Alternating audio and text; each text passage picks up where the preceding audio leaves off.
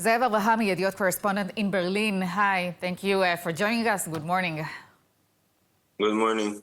So, Ze'ev, we are speaking in the context of the recent developments in the grooming gangs case, while also addressing the broader general approach to such issues in Europe. And I want to ask you, first of all, why do you think such issues are often overlooked or underreported by authorities in Europe? We see it in Sweden, Germany, France. Okay. Well, first of all, if just to relate to what happened in the UK, we can see that it didn't only happen in one place. It happened in many, many places. And the graphic details and the scope of it is just horrifying.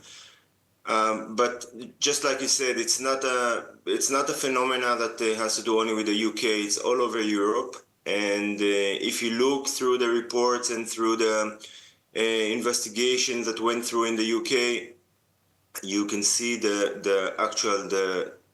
depth of the negligence from all authorities, from parents, institution, the judicial system, the police. Everybody just neglected the people or the women or the girls actually that needed the most help from them.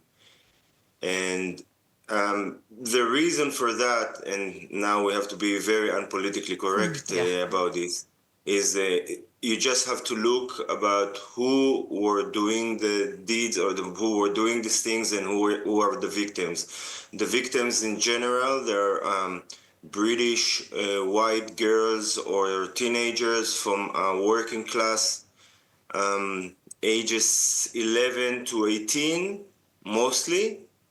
Whereas the attackers are British citizens of Pakistani roots between the ages of 30 and 40.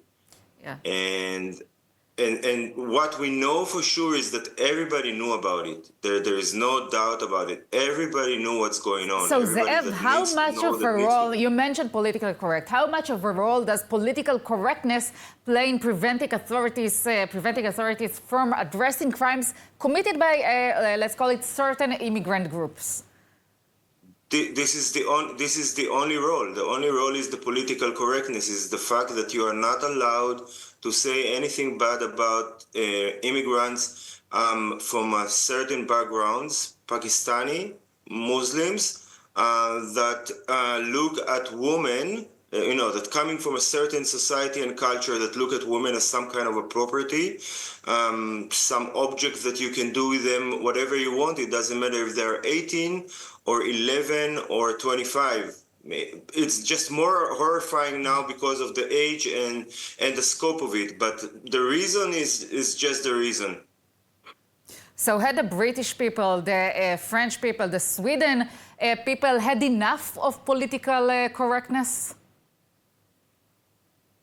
I think that this is a byproduct. I think that what happened is that in these countries, or let's take for example Sweden. Okay, Sweden is in many minds, the epitome of a liberal democracy. Always has been welfare system with a very strong economy. Like a model country.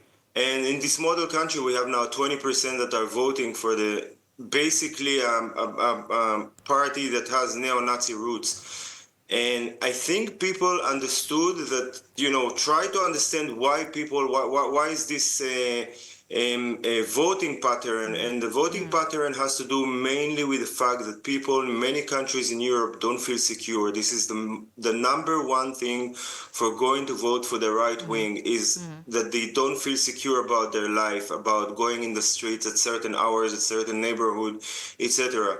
And I think that the people are coming more to the conscious to understand that in order to stop the rise of the right wing, which is a very dangerous thing in Europe, we know what is the past, and the history of it. They have to address these fears and these concerns of these people and not just say, oh, there is no problem. They're just making a problem. So there is a problem. So for sure you see it as one of the driving forces behind the rise of the right-wing movements across Europe. Yes.